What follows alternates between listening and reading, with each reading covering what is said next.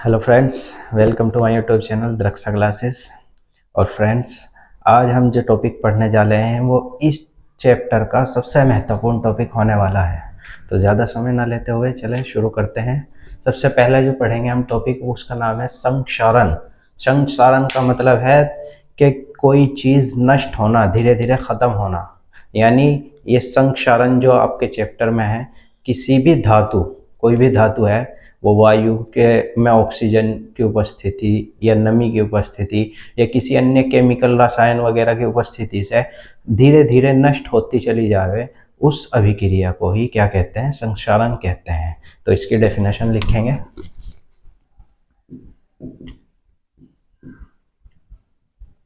संक्षारण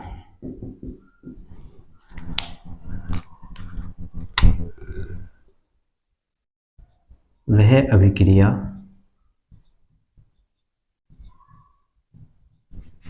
जिसमें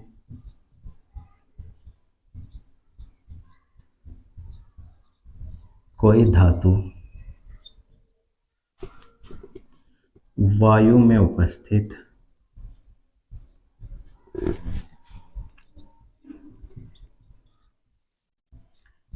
उपस्थित नमी या ऑक्सीजन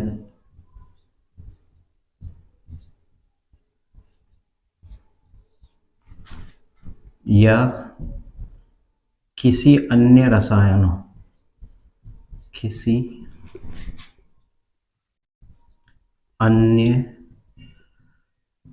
रसायनों द्वारा धीरे धीरे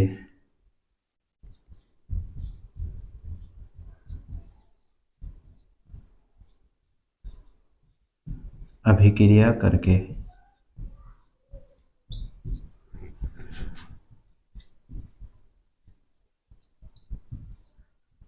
नष्ट हो जाती है।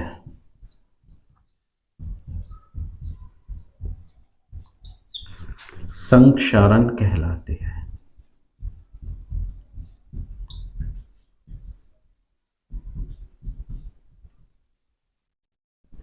संक्षारण कहलाती है। इसके एग्जाम्पल जैसे आपने देखा होगा, आपके घर में लोहे के दरवाजे वगैरह, गेट लगे हुए हैं, तो जब लेके आते हैं उनको, नए होते हैं तो बिल्कुल साफ और उनमें चमक भी होती है। लेकिन धीरे धीरे अगर उन पर कुछ ना लगाया जाए तो वो धीरे धीरे उन पर एक लाल भूरे रंग की परत चढ़ जाती है, जिसको जंग भी कहते हैं, लोहे पर जंग लगना। वो संक्षारण का उदाहरण है। तो इसके उदाहरण लिखेंगे। उदाहरण नंबर 1, लोहे पर जंग लगना। कभी कभी जंग क्या है, इसके ऊपर डेफिनेशन पूछने के लिए आ जाती है। तो जंग में क्या लिखना है कि वह परत जो लोहे के ऊपर वायु में उपस्थित ऑक्सीजन या नमी के कारण लाल भूरे रंग की परत चढ़ जाती है, वो तथा धातु को नष्ट करती है, उसी को हम क्या कहते हैं? जंग कहते हैं। तो ये लोहे पर जंग लगना। नंबर 2, चांदी पर काली परत का चढ़ना। चांदी देखो कुछ दिनों बाद काली पड़ने लग जाती है। और एक है हमारा कॉपर, तांबा जिसको कहते हैं, तांबे के तार,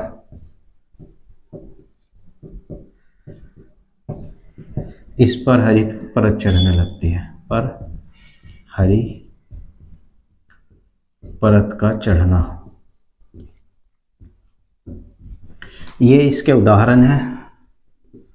और इसके कभी कभी बचने के उपाय भी पूछ लेता है कि इनको बचाने के लिए, धातु को संक्षारण से बचाने के लिए हम क्या कर सकते हैं। तो चलिए अब उसको पढ़ते हैं।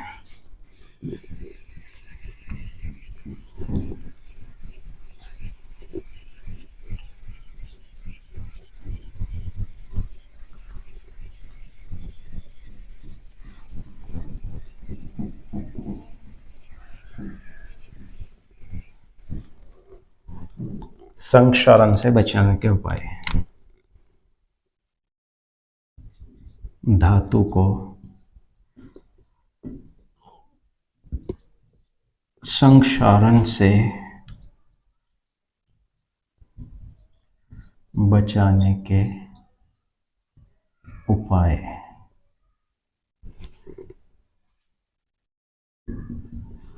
इसके सबसे पहला बचाने का उपाय हो सकता है कि जब आपने देखा होगा लोहे का गेट बनवाया है हमने, तो उस पर सबसे पहले क्या करते हैं, हम पेंट वगैरह करते हैं ताकि उसको जंग से बचाया जा सके। तो सबसे पहला उदाहरण लिखेंगे इसमें, पेंट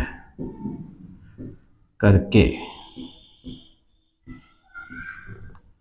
नंबर 2, कुछ चीज़ें ऐसी होती हैं जिन पर हम पेंट नहीं कर सकते, जैसे हमारी साइकिल वगैरह है, उसकी चेन होती है, साइकिल की चेन पर अगर पेंट कर देंगे तो वो जाम हो जाएगी। तो उस पर हम क्या करते हैं, ग्रीस लगाते हैं। तो उस पर ग्रीस लगाकर उसको क्या किया जा सकता है, जंग से बचाया जा सकता है। तो नंबर 2, ग्रीस लगाकर। नंबर 3, एक अभिक्रिया होती है यशद लेपन। क्या नाम है, यशद लेपन। उसको इंग्लिश में कहते हैं गैल्वेनाइजेशन। लिख देता हूं मैं, यशद लेपन।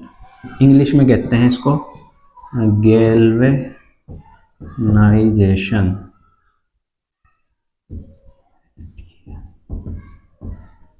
गैल्वेनाइजेशन, हिंदी में इसको गैल्वेनीकरण भी कहते हैं और यशद लेपन भी कहते हैं। इसमें क्या होता है, कोई भी धातु है, उसको धातु को हमें संक्षारण से बचाना है तो उस पर जिंक की परत लगाई जाती है। तो और जिंक की परत चढ़ाने की प्रक्रिया ही क्या कहलाती है, हमारी यशद लेपन कहलाती है। बस इतनी सी डेफिनेशन है। वैसे तो इसमें यशद लेपन करके भी हम उसको क्या कर सकते हैं, बचा सकते हैं। नंबर 4 लिखेंगे,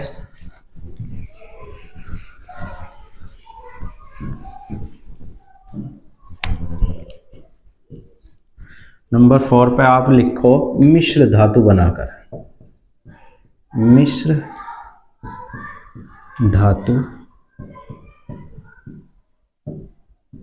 बनाकर, यानी कोई भी हमारी धातु है, उसको अगर हम दो धातु को या 3 धातु को आपस में मिलाकर, या एक अधातु को और एक धातु को मिलाकर आपस में जब धातु बनावेंगे कोई भी, उसको हम मिश्र धातु कहते हैं। और इस मिश्र धातु बनाकर भी हम क्या कर सकते हैं, संक्षारण से उसको बचा सकते हैं। चलिए उतारिए। अब पढ़ेंगे हम विकृत गंधिता।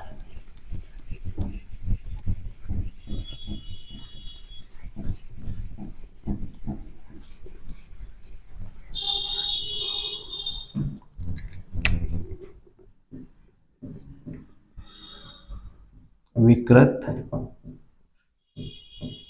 गंधिता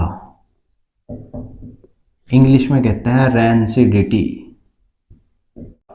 विकृत गंधिता में क्या होता है कि जो हमारे तेल वाले पदार्थ हैं, खाद्य पदार्थ खाने वाले भोजन वगैरह, अगर उनको हम खुले में या कुछ दिनों तक ऐसे ही रख देते हैं तो आप देखते हो उसमें से अजीब सी स्मेल आती है, ना वो खाने लायक रहते और ना ही सूंघने लायक रहते, उनमें से अजीब सी गंध भी आती है और उनका स्वाद भी बदल जाता है। उसी को हम क्या कहते हैं, विकृत गंधिता कहते हैं। तो इसकी डेफिनेशन लिखेंगे,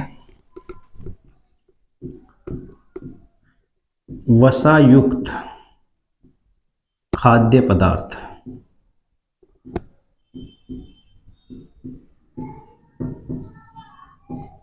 वसा में ही हमारा तेल आ जाता है। तेल भी क्या किस चीज़ का बना होता है, वसा का ही। तेल या वसायुक्त लिख सकते हैं।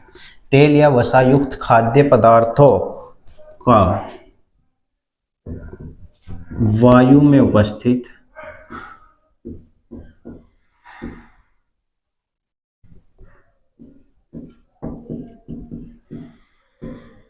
ऑक्सीजन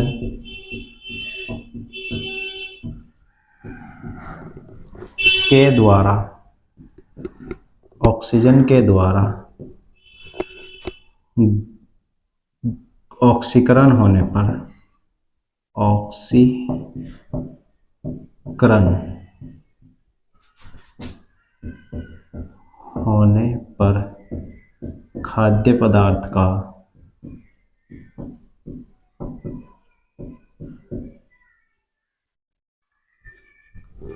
गंध का स्वाद व गंध का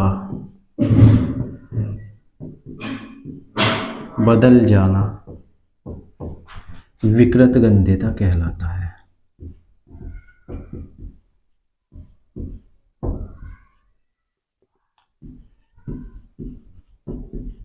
विकृत गंधिता कहलाता है। या इसकी डेफिनेशन ऐसे भी लिख सकते हैं, जब हम किसी भी खाद्य पदार्थ को खुले में रखते हैं तो उसमें से एक अजीब सी स्मेल आने शुरू हो जाती है, वो प्रक्रिया ही हमारी क्या कहलाती है? विकृत गंधिता कहलाती है। अवांछनीय गंध भी कहते हैं उसको। इसके उदाहरण लिखेंगे। खाद्य पदार्थों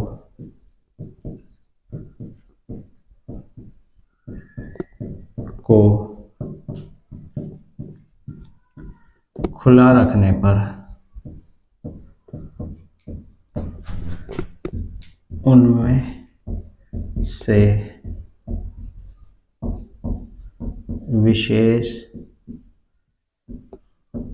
प्रकार की गंध आने लगती है। ये इसका उदाहरण है। खाद्य पदार्थ में सारे ही भोजन आ गए हमारा, जैसे हमने सालन बनाया और उसको ऐसे ही रख दिया, तो आप देखोगे वो कुछ दिन बाद सड़ना शुरू हो जाता है। दूध रखा हमने गर्म करने, तो दूध हमारा खराब हो जाता है अगर उसको खुला रख दिया ऐसे ही बिना गर्म किए। तो अब इसके उपाय क्या है बचने के, उनको पढ़ लेते हैं।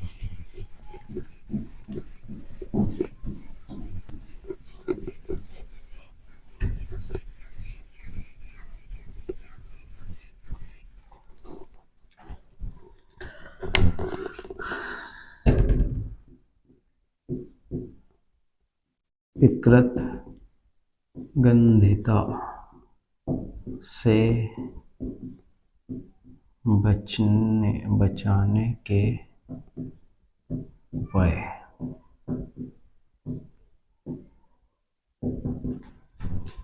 नंबर 1, सबसे पहले जो भी हमने खाना बनाया है और उसको हमें क्या करना पड़ेगा? फ्रीज वगैरह में यानी प्रशीतक ठंडी जगह पर रखना पड़ेगा। तो सबसे पहले लिखेंगे गर्म किए गए खाद्य पदार्थ को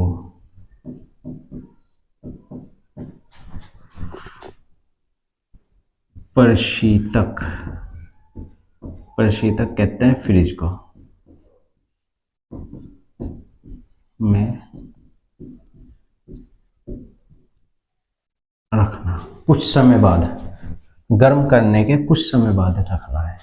नंबर 2, जो हमारा सूर्य का प्रकाश है उसके, हमारा जो भोजन है सूर्य के प्रकाश के डायरेक्ट कांटेक्ट में ना रहे। तो इसमें लिख सकते हैं सूर्य के प्रकाश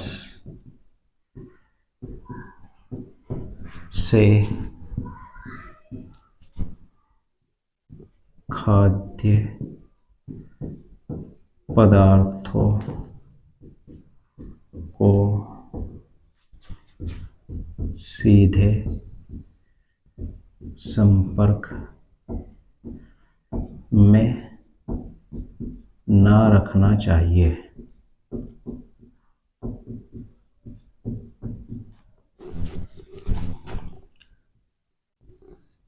नंबर 3,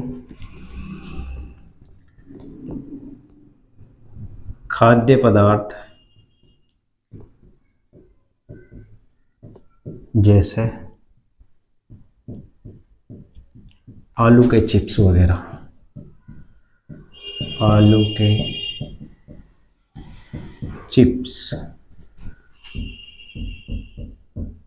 वगैरह आदि लिख लो, आलू के चिप्स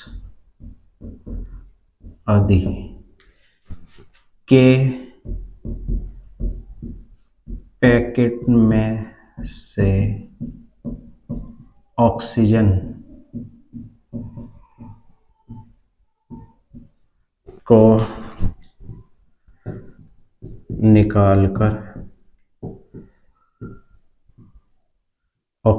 निकालकर अक्रिय गैस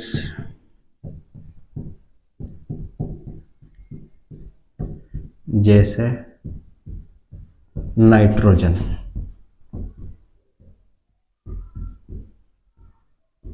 आदि भर देते हैं। जब उसके अंदर नाइट्रोजन भर दी जाती है तो उसमें जो वायु ऑक्सीजन है, ऑक्सीजन का संपर्क वो तोड़ के रखती है, और जैसे ही उसमें ऑक्सीजन चली गई, वायु चली गई, तो हमारे पैकेट के जो खाद्य पदार्थ है वो क्या हो जाता है, ख़राब हो जाता है, यानी सील जाता है। तो आज के लिए इतना ही। अगर वीडियो अच्छी लगी हो तो वीडियो को लाइक करें, और हमारे चैनल पर नए हो तो हमारे चैनल को सब्सक्राइब करें, और नीचे डिस्क्रिप्शन में टेलीग्राम का लिंक दिया हुआ है, उससे ज्वाइन होना ना भूलें, क्योंकि इस क्लास की पूरी PDF हम अपने उस चैनल पर प्रोवाइड कराएंगे। धन्यवाद।